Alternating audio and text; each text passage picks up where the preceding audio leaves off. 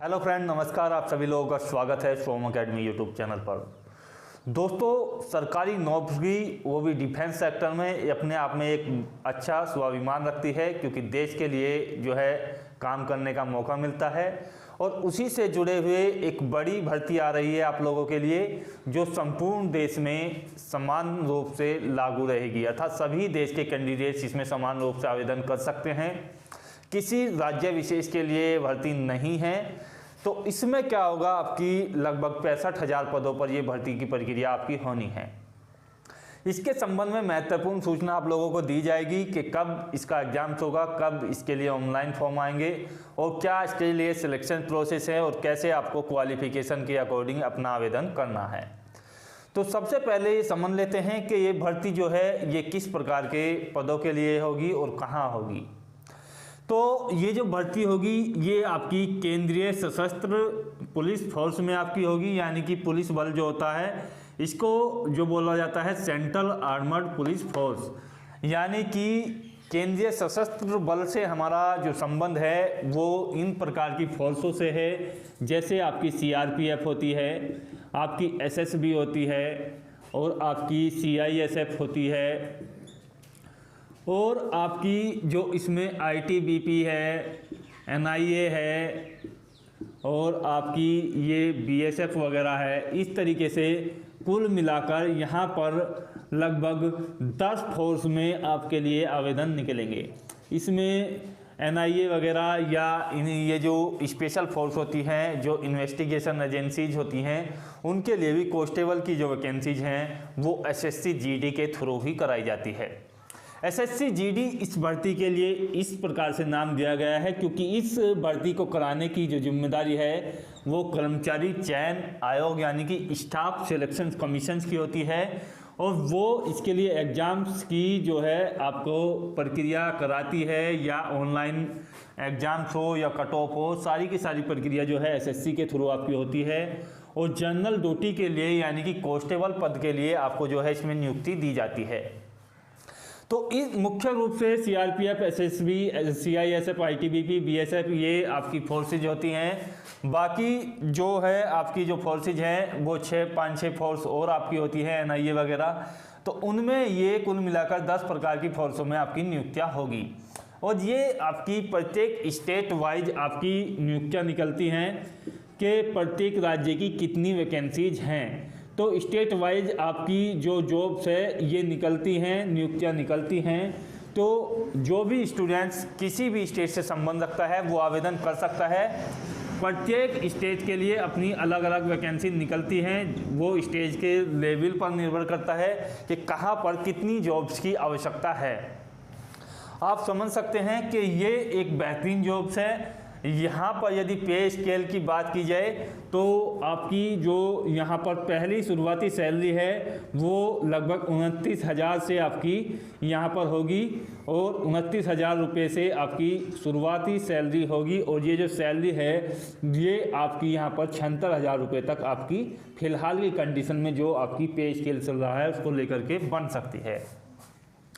यहाँ पर बात की जाए इसके लिए क्वालिफ़िकेशन के संबंध में, तो क्वालिफ़िकेशन में सबसे पहले जो आपके पास होना चाहिए वो होना चाहिए, देखिएगा 10th पास, यानी कि 10वीं पास कैंडिडेट्स इसमें आवेदन कर सकते हैं। दूसरे बात की जाए इसमें मुख्य रूप से एज लिमिट की, तो 25 वर्ष जो है यहाँ पर जनरल कैंडिडेट्स के लिए रहती है। ओबीसी कैंडिडेट्स के लिए एज की जो सीमा है वो 28 होती है। एससी, एसटी और आपकी जो फीमेल कैंडिडेट्स हैं उन लोगों के लिए जो एज की लिमिट है वो यहाँ पर 30 वर्ष रखी जाती है।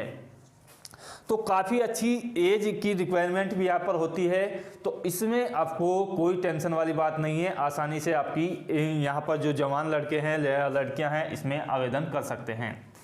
दूसरी बात है इसमें हाइट की, तो हाइट में देखिएगा प्रत्येक कैटेगरी के लिए वैसे तो इसमें छूट भी दी जाती है। प्रत्येक क्षेत्र के लिए, जैसे आप पहाड़ी क्षेत्र से हो या विशेष समुदाय से हैं तो आपको छूट दी जाती है, लेकिन सामान्य तौर पर जो आपकी लंबाई होती है वो 170 सेंटीमीटर होती है, यानी कि 170 सेंटीमीटर। आपकी जो चेस्ट है वो भी यहाँ पर मापी जाती है। तो ये जो चेस्ट है ये 80 बिना फुलाए है और 85 आपकी फुलाने के बाद है। बाकी जो यदि बात की जाए कि फीमेल की जो आपकी हाइट है वो 157 सेंटीमीटर आपकी होती है, यानी कि 157 सेंटीमीटर। तो ये मुख्य रिक्वायरमेंट थी जो स्पेशल रूप से आपसे मांगी जाती है। बात करें इसके सिलेक्शन प्रोसेस की, तो सिलेक्शन प्रोसेस में लेकिन यहाँ पर यदि बात की जाए तो सबसे पहले आपका जो है रिटन एग्जाम्स होगा। अब रिटन एग्जाम्स आपका जो है यहाँ पर मैं क्लियर कर दूँ कि ये आपका होगा जून या आपकी जुलाई में। तो ये जो रिटन एग्जाम्स होगा इसमें आपका सिलेबस क्या रहता है और किस प्रकार से सिलेक्शन प्रोसेस होता है। सिलेक्शन प्रोसेस की यदि बात की जाए तो इसमें सबसे पहले जो होता है आपका वो रिटन एग्जाम्स होता है, और एग्जाम्स में जो है यहाँ पर चुने जाते हैं 18 गुना कैंडिडेट्स जो आपके यहाँ पर फिजिकल के लिए चुने जाते हैं। फिजिकल होने के बाद आपकी जो प्रक्रिया होती है तीसरे नंबर पर वो होती है आपकी मेडिकल की। तो मेडिकल में लगभग 3 गुना कैंडिडेट्स यहाँ से चुने जाते हैं जो रिक्वायरमेंट आपकी होती है। फिजिकल के बाद जो कैंडिडेट्स बचते हैं उनमें से उसके बाद आपकी जो लगती है वो बनती है आपकी फाइनल कट ऑफ। तो फाइनल कट ऑफ आपकी यदि यहाँ से आप रिटिन में शुरू में ही कवर कर लेते हैं, अपना सिलेबस स्कोर अच्छे से स्कोर करते हो, तो यहाँ पर आपको फाइनल कट ऑफ में कोई दिक्कत आपकी नहीं आती है। क्वालिफिकेशन के बारे में हम डिस्कस कर चुके हैं। यहाँ पर बात की जाए इसके सिलेबस के बारे में, तो सिलेबस में देखिएगा 2 घंटे का आपका एग्जाम्स होगा और 100 आपके क्वेश्चंस यहाँ पर पूछे जाएंगे। तो 2 घंटे का आपका एग्जाम्स होगा, 100 क्वेश्चन यहाँ से पूछे जाएंगे। 4 सब्जेक्ट आपके मुख्य रूप से पूछे जाते हैं। मैथ आपका आता है और 25 क्वेश्चंस यहाँ पर पूछे जाते हैं 25 मार्क्स के। तो यहाँ पर 25 अंकों के 25 क्वेश्चंस होते हैं। दूसरा सब्जेक्ट होता है आपका रीजनिंग का। रीजनिंग में यदि आपकी बात की जाए तो रीजनिंग में आपका जो है 25 क्वेश्चंस होते हैं और 25 आपके मार्क्स होते हैं। तीसरा सब्जेक्ट जो आपसे पूछा जाता है जीएस या जीके, जिसको बोला जाता है करंट अफेयर्स वगैरह क्वेश्चंस भी इससे आते हैं और 25 क्वेश्चंस आपके होते हैं।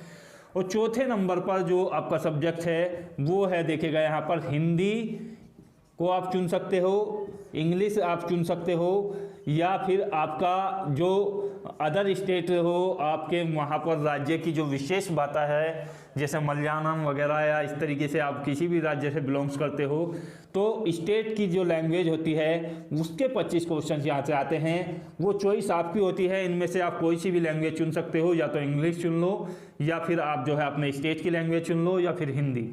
तो यहाँ से टोटल ओवरऑल बात की जाए तो 100 क्वेश्चंस होते हैं, 100 मार्क्स होते हैं।